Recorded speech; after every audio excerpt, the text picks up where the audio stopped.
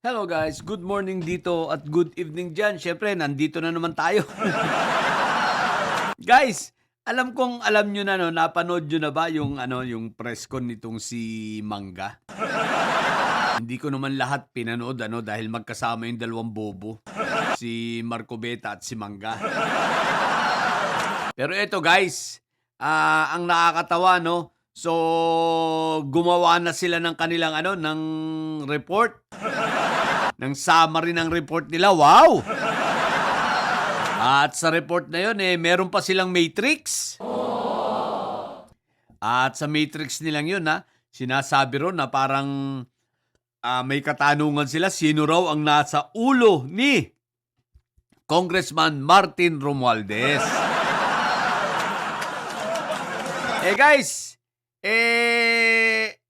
eto pa ayon sa kanilang ayon sa mga sinasabi nitong si Manggang Bulok, sa kanilang findings, sa kanilang report, talagang reliable source nila at mas pagkakatiwalaan daw ang mga testimonya nitong si Gutesa.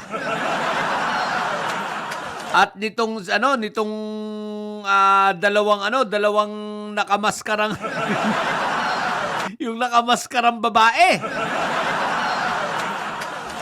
O di ba? Para lang mailink kay Congressman Martin Romualdez, kay PBBM, naging reliable source na raw itong mga ito. At talaga daw mga legit na mga resource person.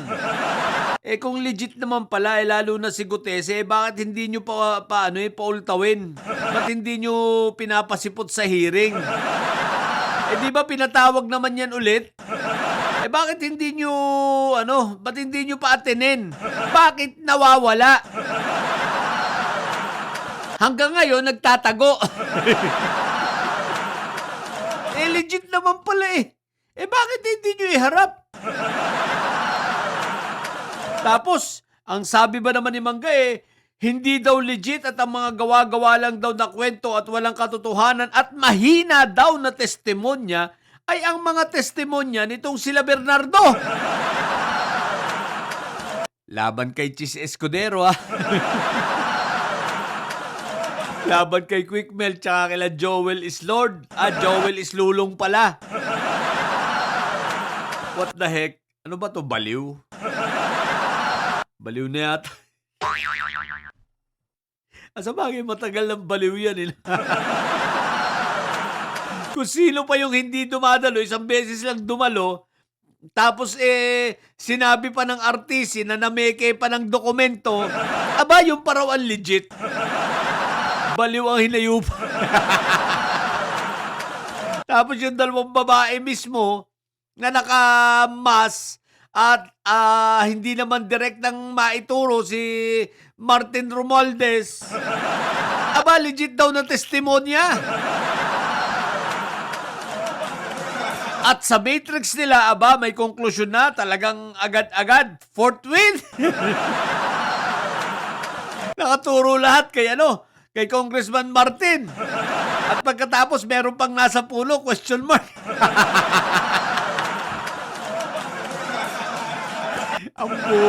Ang bobo lang, Oy, mga didilis! Ganyan na talaga kabobo yung mga senador nyo, Papaniwala ba kayo? Pero nung sabihin niya na gawa-gawang kwento lang halos, kumbaga pinamumukha niya na parang gawa-gawang kwento lang daw yung kila paratang kay Quickmelt tsaka kila Joel Islulong at kay Jingga. Comedy, no? Kung sino pa yung may uma-attend, yung nag-oath, yung nasa witness protection program ngayon, yun pa ang mali. Yun pa raw ang hindi legit.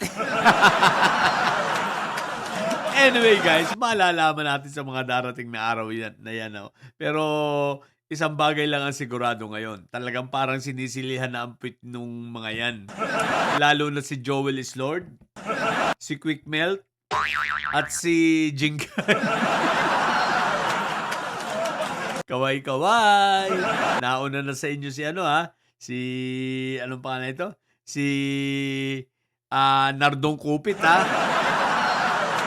Sa mga nagtatanong nga pala diyan ano, patungkol kay Nardong Kupit, nakapag-bail po si Nardong Kupit do'n sa isa niyang kaso, okay? Sa graft and corruption, bailable 'yun. Pero kulong pa rin siya, bakit? No bail kasi itong malversation through falsification of public documents. So no bail 'yun, guys, ha. So kulong pa rin siya sa payatas.